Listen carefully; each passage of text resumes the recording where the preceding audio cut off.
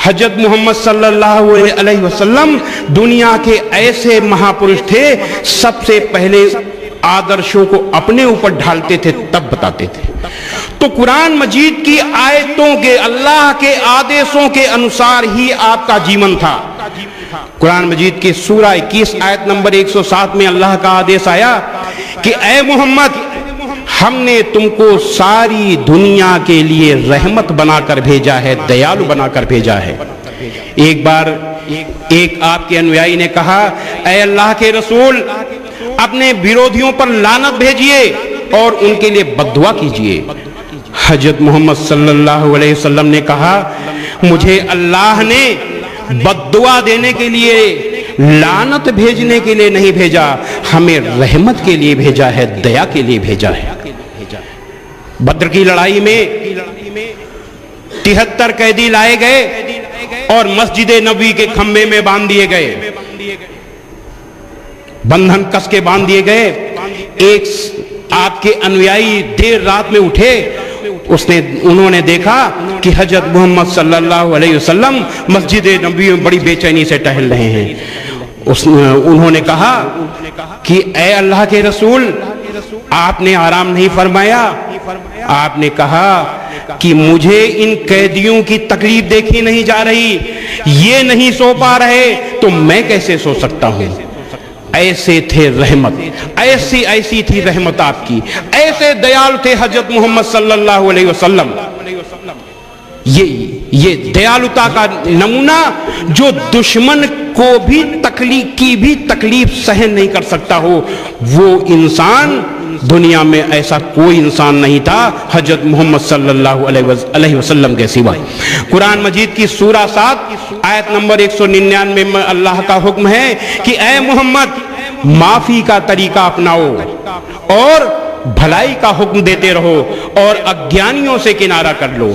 हजरत मोहम्मद सल्लल्लाहु अलैहि वसल्लम एक ही शब्द जानते थे, माफी, माफी और माफी, इसके अलावा कुछ नहीं जानते थे। और पूरी जिंदगी भलाई का उपदेश देते रहे, अपने साथियों को भलाई करवाते रहे और अज्ञानियों से किनारा कर लिया। मैंने क्या कहा कि मक्का के अज्ञानियों से आप किनारा करके मदीना चले गए, अज्ञानियों से भी किनारा कर लिया। अबू सुफियान, आपके खिलाफ जितनी लड़ाइयां हुई, अबू सुफियान उसका सेनापति रहते थे। अबू सुफियान के नेतृत्व में ही उहद की लड़ाई हुई थी, जिसमें आप बहुत बुरी तरह घायल हुए, आपके बड़े बड़े अनुयायी शहीद हुए।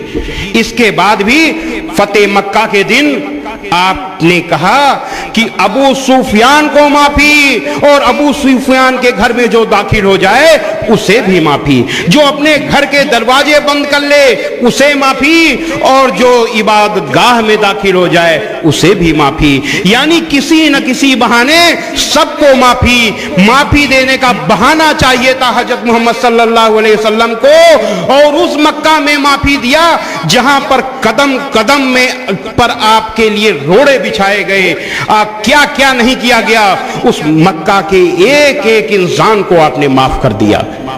ऐसे थे हजरत मोहम्मद सल्लल्लाहु अलैहि वसल्लम।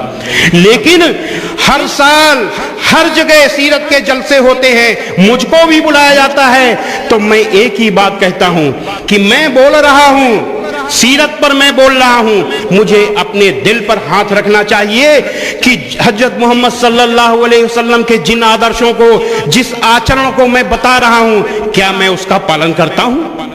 सबसे पहले तो मुझको देखना चाहिए, उसके बाद जो सुनने वाले हैं उनको देखना चाहिए कि क्या मैं पालन करता हूं उसका। और अगर नहीं करते हैं तो अगर 10% भी उसको मान लें तो समझ लीजिए जलसा कामयाब। और नहीं, सुनने के बाद ताली बजा करके चले गए और वो कहीं भी नहीं है आदर्श, तो फिर जलसा नाकामयाब और आप भी नाकामयाब। हजरत मोहम्मद सल्लल्लाहु अलैहि वसल्लम ने अपने पूरे जीवन में लोगों को भलाई से जीता, जंग से नहीं जीता।